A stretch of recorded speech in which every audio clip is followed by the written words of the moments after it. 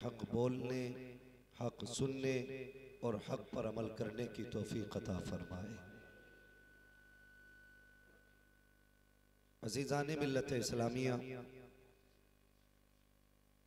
ये बात किसी पर मख्फी नहीं है कि मौजूदा दौर में उम्मत मुस्लिमा पर इन मदरसों का बड़ा एहसान है। आज जो हमारे बच्चों को कुछ कलमे याद हैं वो इन्हीं मदारिस की वजह से याद है। आज जो हमारे सरों पर टोपियां हैं वो इन्हीं मदारिस की वजह से हैं। आज जो चेहरों पे दाढ़ियां सलामत हैं वो इन्हीं मदारिस की वजह से है। ये बात अलग है कि सारी बातिल ताकतें ये चाहती हैं कि मदरसे कल के हों आज बंद हो जाएं और आज के हों अभी बंद हो जाएं। इसलिए कि हमारे दुश्मन अच्छी तरह जानते हैं जब तक ये मदारिस इस कौम के बीच में चलते रहेंगे इस कौम को न दीन से दूर किया जा सकता है न मुस्तफा से दूर किया जा सकता है। हमें दीन तक ले जाने वाले भी मदरसे हैं और मुस्तफा तक ले जाने वाले भी मदरसे हैं। मैं अपनी कौम से गुजारिश करूंगा कि अब दौर है मदरसों के साथ कांधे से कांधा लगा करके खड़े होने का। बातिल ताकतें हर सूरत मदरसे बंद करना चाहती हैं और कोई ऐसा रास्ता नहीं छोड़ना चाहती कि जो रास्ता मदरसों के फरोग का सबब बने। तकलीफ तो तब होती है जब गैर तो गैर अपने भी मदरसे के खिलाफ बकवास करे। जब कुर्ता टोपी पहनने वाला मदरसों की मुखालफत करता है तब दिल दुखता है।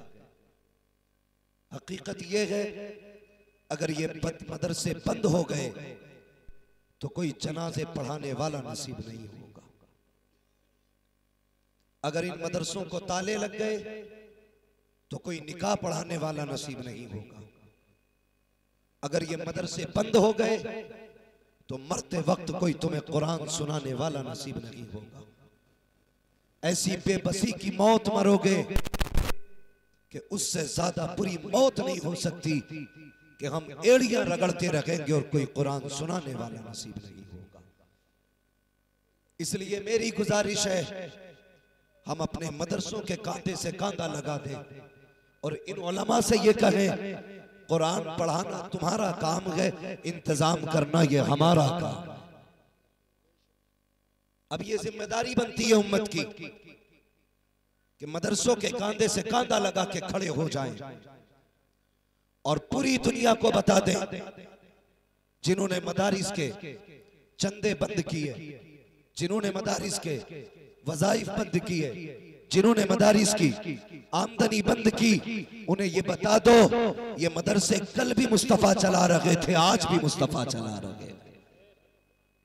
और सच्चाई भी यही है अगर कोई चंदा दे तो ये ना सोचे मैंने चलाया, कोई पैसा दे तो ये ना समझे ये मेरा पैसा लगा है। यकीन जाने जब मदरसों को जरूरत होती है पैसे की और मोहतमिम का दिल दुखता है तो वो सीधा रुख मदीने की तरफ करता है, कहता है या रसूल अल्लाह घर भी आपका है, मेहमान भी आपके हैं, इंतजाम कैसा होना है ये भी आप करेंगे। जब वो इतना कहता है ना तो हुजूर इन्हीं में से किसी के दिल में ये बात डाल देते हैं कि जेब उसकी होती है पैसा मदीने वाले का हुआ करता है। ख्याल रखिएगा। और बात बात में अगर किसी ने मदरसों को कुछ दिया है तो एहसान ना जताना।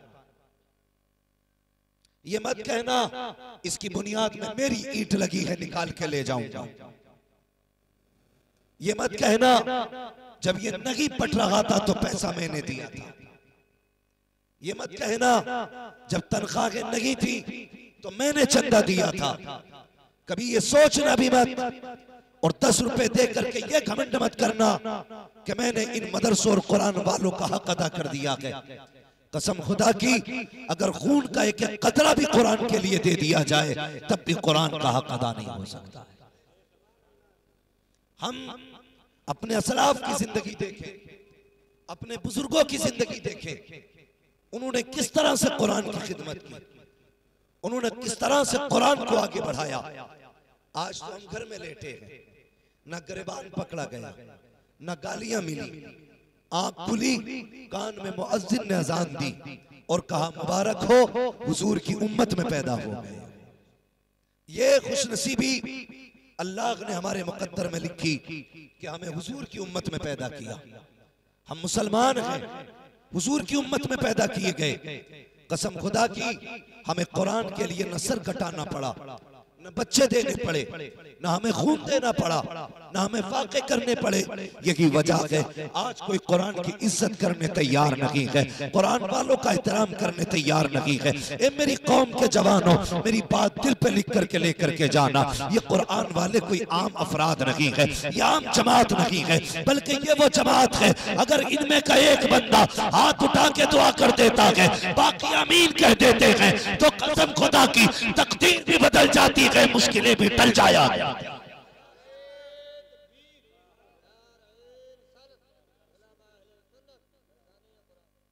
इज्जत करो कुरान की। मैं मुबारकबाद पेश करता हूं उन माँ बाप को, 5 हाफिज कुरान। कितने बोले सारे? कितने? अभी सब नहीं बोले। कितने? 5 हाफिज कुरान। इस इदारे ने 5 हाफिज कुरान दिए। और हाफिज बनना कोई खेल नहीं है और कोई आसान भी नहीं है। मैं इन बच्चों के फारिकीन के घर वालों से एक बात कहना चाहता हूं। असातिज़ा को एक जोड़ा और 500 रुपए देकर के ये मत समझना कि तुमने उस्ताद की मेहनत का हक अदा कर दिया। समझ रहे मेरी बात आप लोग? आपके समझ में आ रही है ना बातें? 500 रुपए और एक जोड़ा देकर के ये मत समझ लेना कि आपने उस्ताद का हक अदा कर दिया। भाई जो लोग खड़े मेहरबानी करें बैठ जाए, जिसे जहां जगह मिले बैठ जाए।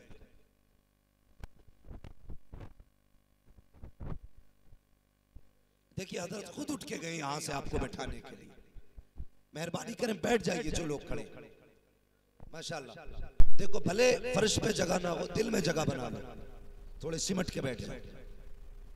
ए बेटे बच्चे अलग से क्या किसी और को बुलाना पड़ेगा बैठाने के लिए? बैठो। हजरत उठ के चले गए, बड़ी बात है बैठाने के लिए।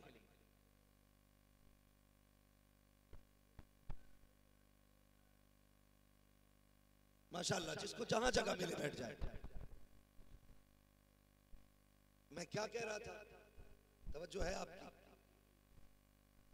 500 रुपए और भाई अब जरा चुप हो यार। 500 रुपए और माशाल्लाह जोर से 500 रुपए और एक जोड़ा देकर के ये मत सोचना कि आपने उस्ताद की मेहनत का हक अदा कर दिया, बल्कि सच ये है इन हाफिजों के बाप अगर अपने बदन की खाल उतारें और उसका जूता बनाएं और उस्ताद के पैर में पहना दें, तब भी उस्ताद की उस एहसान का हक अदा नहीं हो सकता जो उसने आपके बच्चों को हाफिज बना करके उन पर एहसान किया। ये है एक उस्ताद का एहसान। और शागिर्दों से भी गुजारिश है, कभी जिंदगी में उस्ताद मिल जाया करें तो इनसे मुंह फेर के ना निकलना। ये मत सोचना इससे मुसाफा करेंगे तो इज्जत घट जाएगी, इसके हाथ चूमेंगे तो छोटे हो जाएंगे। उस्ताद के आगे झुकने से कभी कोई छोटा, बोले कोई छोटा नहीं होता है, बल्कि जो उस्ताद के आगे झुका करता है अल्लाह उसको उतना ही बुलंद कर दिया करता है। तो कभी उस्ताद के आगे झुकने से शर्म नहीं करनी है, और कभी 500 रुपए दे करके उस्ताद को आंखें नहीं दिखानी है। एक जोड़ा दे करके ये मत सोचना कि मैंने उस्ताद को जोड़ा दे दिया, बहुत दे दिया है। कसम खुदा की कभी मदरसों की जिंदगी आके देखा करो, ये कुरान पढ़ाने वाले इतनी आसानी से नहीं पढ़ाया करते हैं, कितनी मेहनत पड़ती है तब जाके एक बच्चे के सीने में कुरान आया करता है। बता तो सही, जब तेरा बच्चा स्कूल जाता है माँ 7 बजे उठ के नाश्ता कराती है, 8 बजे उठ के ड्रेस पहनाई जाती है, उसके लिए गाड़ी लेने आती है। लेकिन इसके बरक्स मदरसा देखिए, जिन बच्चों को तुमने मदरसे भेजा है इनको उस्ताद 2 बजे उठ करके सर्दी में वुजू कराया करते हैं, रातों को उठ करके इन्हें कुरान पढ़ाया करते हैं। जब दुनिया सोती होती है तब ये असातिज़ा ठंडे पानी से वुजू कर करके ठंडी रातों में बैठ जाते हैं। और यार जब तेरी आंख नहीं खुलती है तब ये तेरे बच्चों का सबक सुन चुके होते हैं, जब तेरा नाश्ता नहीं होता है उस वक्त सबक के पारे हो जाते हैं, यूं ही कुरान नहीं आता है। पूछ मदरसे वालों से, बच्चों की फिक्र नहीं की है, कुरान वालों की परवाह की है, अपने घर की फिक्र नहीं की है, कुरान वालों की परवाह की है, रातों रात जागे है, तब जाकर के तेरे बेटे के सीने में कुरान आया है। इसलिए मैं कहता हूँ कभी एक जोड़ा दे करके 500 रुपए दे करके ये मत कह देना मैंने हक अदा कर दिया है। खबरदार खबरदार, अरे शागिर्द तो बड़ी बात है, अगर उसके बाप के सामने भी उस्ताद आ जाया करे, अदब तो ये है कि बेटे से पहले उसके सामने बाप खड़ा हो।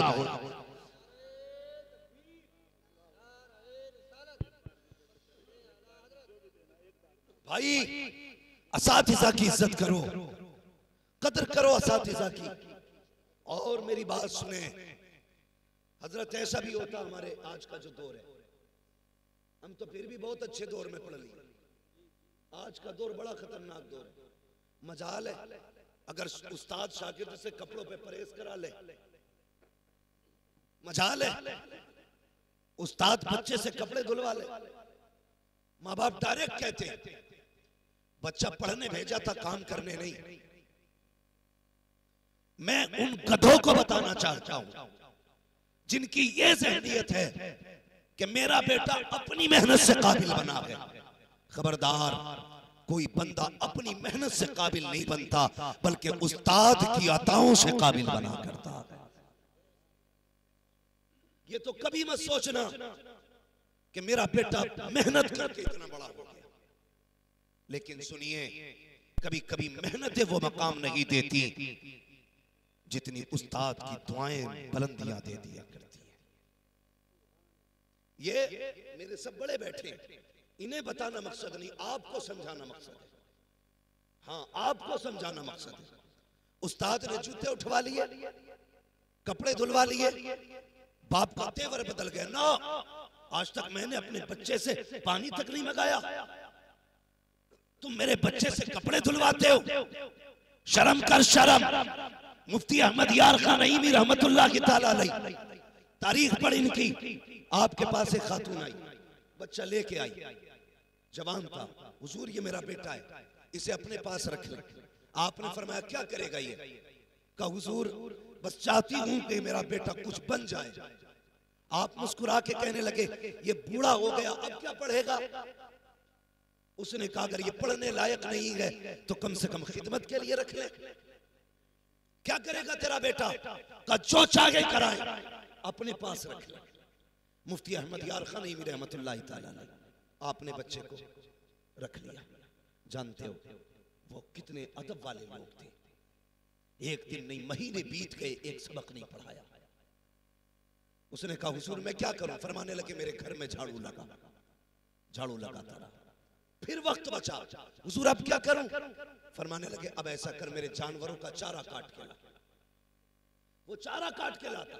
हुजूर अब का इसको कुट्टी काट, इसकी जानवरों को सानी कर।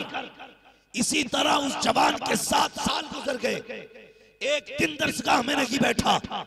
7 साल के बाद जब वो दौर आया जो उसके साथ में मदरसे में तलबा पढ़ने आए थे, जब उनकी दस्तार बंदी का वक्त आया है, सारे तलबा लाइन से खड़े गए, नए चुप्पे नए लिबास में, नंबर आने वाला था दस्तार बंदी का, पगड़ी बंधने वाली थी। अल्लाह अकबर। हजरत मुफ्ती अहमद यार खान नईमी रहमतुल्लाह ताला अलैहि फरमाते हैं, बेटे क्या तू दस्तार नहीं लेगा? जैसे इतना जुमला आपने फरमाया था उसकी आंख में आंसू आ गए। कहने लगा हजरत जी दस्तार उनकी होनी है जो दरसगाहों में बैठते रहे, फरागत उनकी होनी है जिन्होंने कुरान सीखा है, उनको दस्तार से नवाजा जाएगा जो दरसगाहों में आते रहे। मैंने तो घास काटी है, जिंदगी गुजर गई 7 साल, आपके जानवरों को चारा देता रहा, आपके जानवरों को पानी पिलाता रहा। हजरत किस चीज की दस्तार बंदी है? मुफ्ती अहमद यार खान नईमी की। आंख में आंसू आ गए, फरमाते खड़ा हो जा, सबकी दस्तार बंदी बाकी उलमा करेंगे, तेरी दस्तार बंदी अहमद यार खान नईमी करेगा।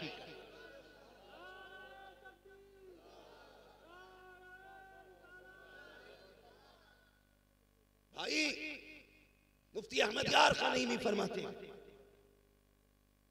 मुफ्ती अहमद यार खान नईमी फरमाते, कहते नहीं तेरी दस्तार मैं करूंगा। तवज्जो है आप लोगों?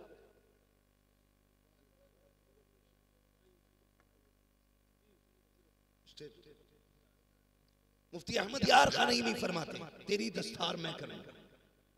अब जरा बता, जिसने जिंदगी भर घास खो दी, 7 साल उस्ताद के जानवरों को चारा काट के खिलाया, उसे क्या आया होगा? कुछ भी नहीं ना।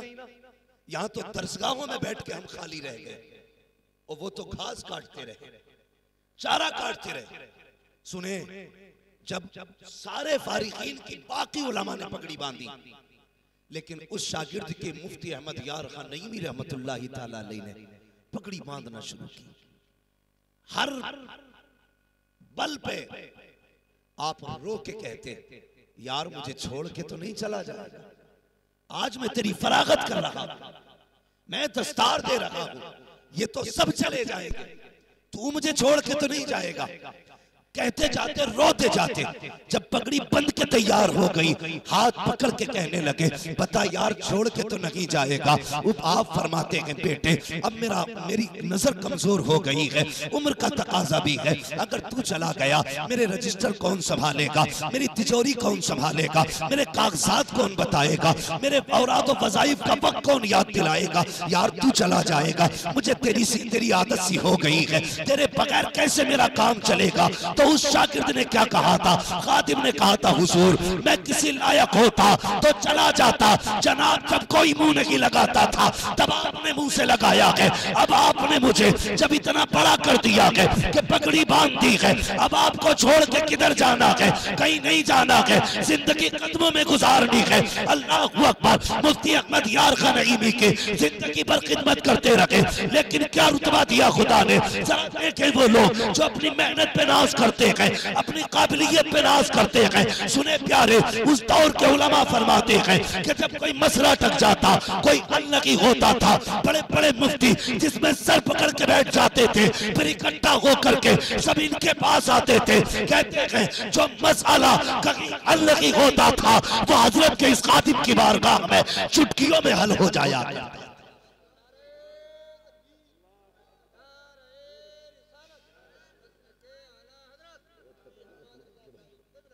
हाँ भाई, ये है उस्ताद,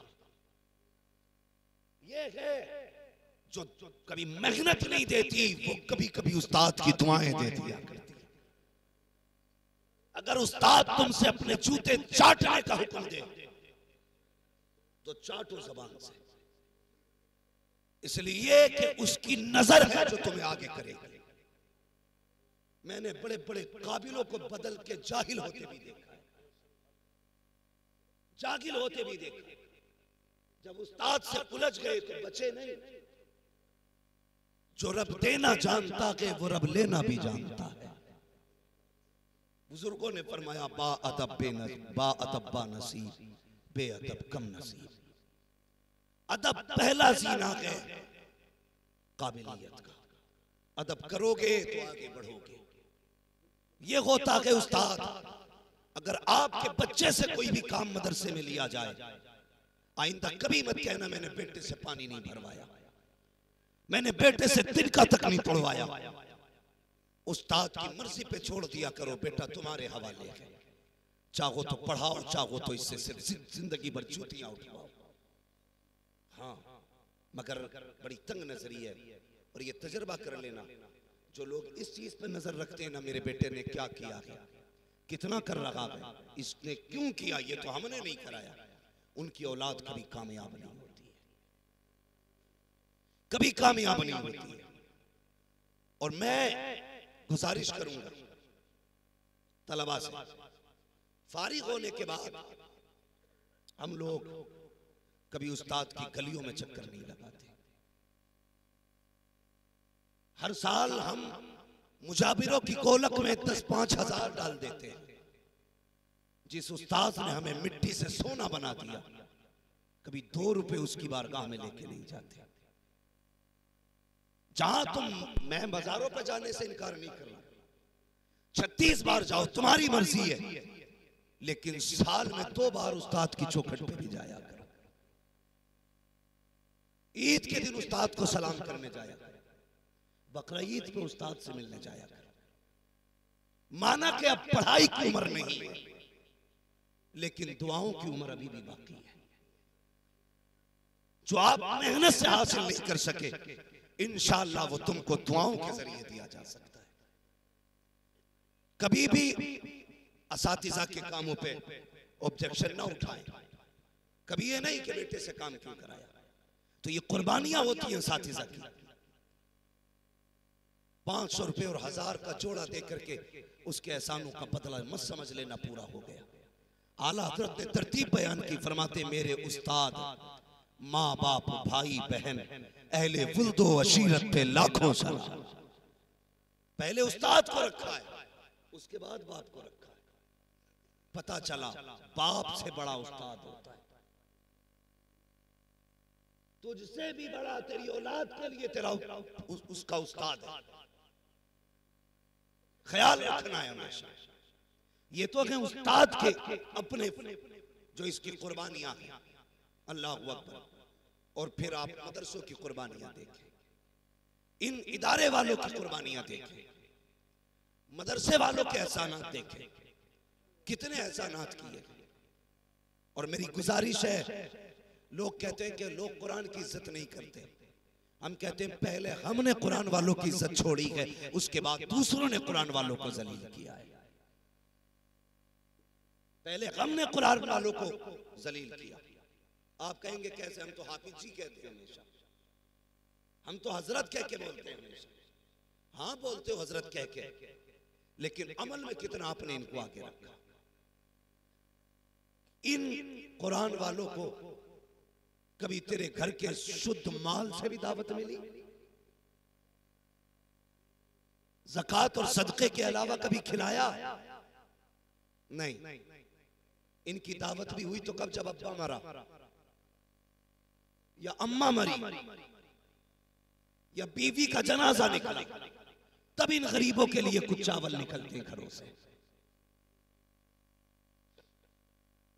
खुशी से कपड़े कोई नहीं बनाता। जब देख लिया ताऊ की बरसी आ गई, नाना की बरसी है, तब जाके 60 रुपए मीटर का जोड़ा ला। दुनिया भर के यतीमों वाला पैकेज बना, पैक करके लागा कि ये हजरत आपके लिए। ये दिया हमने इनको रुतबा, ये दी हमने इनको इज्जत। क्या कि अच्छा होता कभी सुबह उठ के कहता आज मेरा जी चाहता है मेरे घर पे अच्छा खाना बना है, अकेला नहीं खाऊंगा, मेरे साथ में मेरे मुस्तफा का मेहमान भी खाना खाए। नहीं, हम तो मैयतों वाली रोटी खिलाते हैं, सदका वाला कपड़ा पहनाते हैं। शादी ब्याह में पहली बात तो दावत होती नहीं, अगर होती भी है तो करके भूल जाते हैं। और अब तो वो सिस्टम चल गया, क्या बोलते हैं उसको, अबे गधे वाला जो सिस्टम है। सीधी बात सुनो, मुझे इंग्लिश नहीं आती, वो जो चल फिर के खाते सिस्टम, हरिया जानवर, हरिया जानवर। भाई कोई भी मसला, मेरी बात सुन ले, चल फिर के खा रहे। कितना अच्छा तरीका था पहले, खाने वाले बैठते थे, खिलाने वाले आकर के खिलाते थे। अब खिलाने वाले तो बैठे, खाने वाले थोड़ा उससे सालन ले लिया, गया एक टांग तू रख दे, थोड़ा सा कबाब तू रख दे। कभी कभी तो इतना अजीब काम होता है कि वो फाइबर वाली प्लेट होती है, वो भरती है तो यूं डुलमुल डुलमुल होती है। अब उसे पकड़े के खाए, ये डिस्पोजल जो चल रही है आज, कितनी बड़ी बीमारी है। आज कोई किसी का झूठा खाने तैयारी नहीं, झूठा खाने तैयारी नहीं। यही वजह है कि किसी को cancer, brain tumour, heart attack, ये बीमारियां क्यों लगी? हमने मोमिनों के झूठे से नफरतें करना शुरू कर दी है, जबकि मेरे नबी ने फरमाया था मोमिन के झूठे में शिफा हुआ करती है। किसी आलिम का झूठा पीने तैयार न की, किसी हाफिज का झूठा खाने तैयार न की। किसी बर्तन में अल्लाह वाला खा के चला जाए तो तू इतना बड़ा मंत्री हो गया, कहता नहीं नहीं दूसरी प्लेट लेकर के आ। ये तो हो सकता है तेरी नई प्लेट में बीमारी हो, लेकिन ये नहीं हो सकता है हाफिज के झूठे में बीमारी हो, आलिम के झूठे में बीमारी हो, कारी के झूठे में बीमारी हो। और यार ये तो वो जाते हैं, अगर बीमार शय को हाथ लगा देते हैं अल्लाह उस शय को शिफा याब फरमा दिया।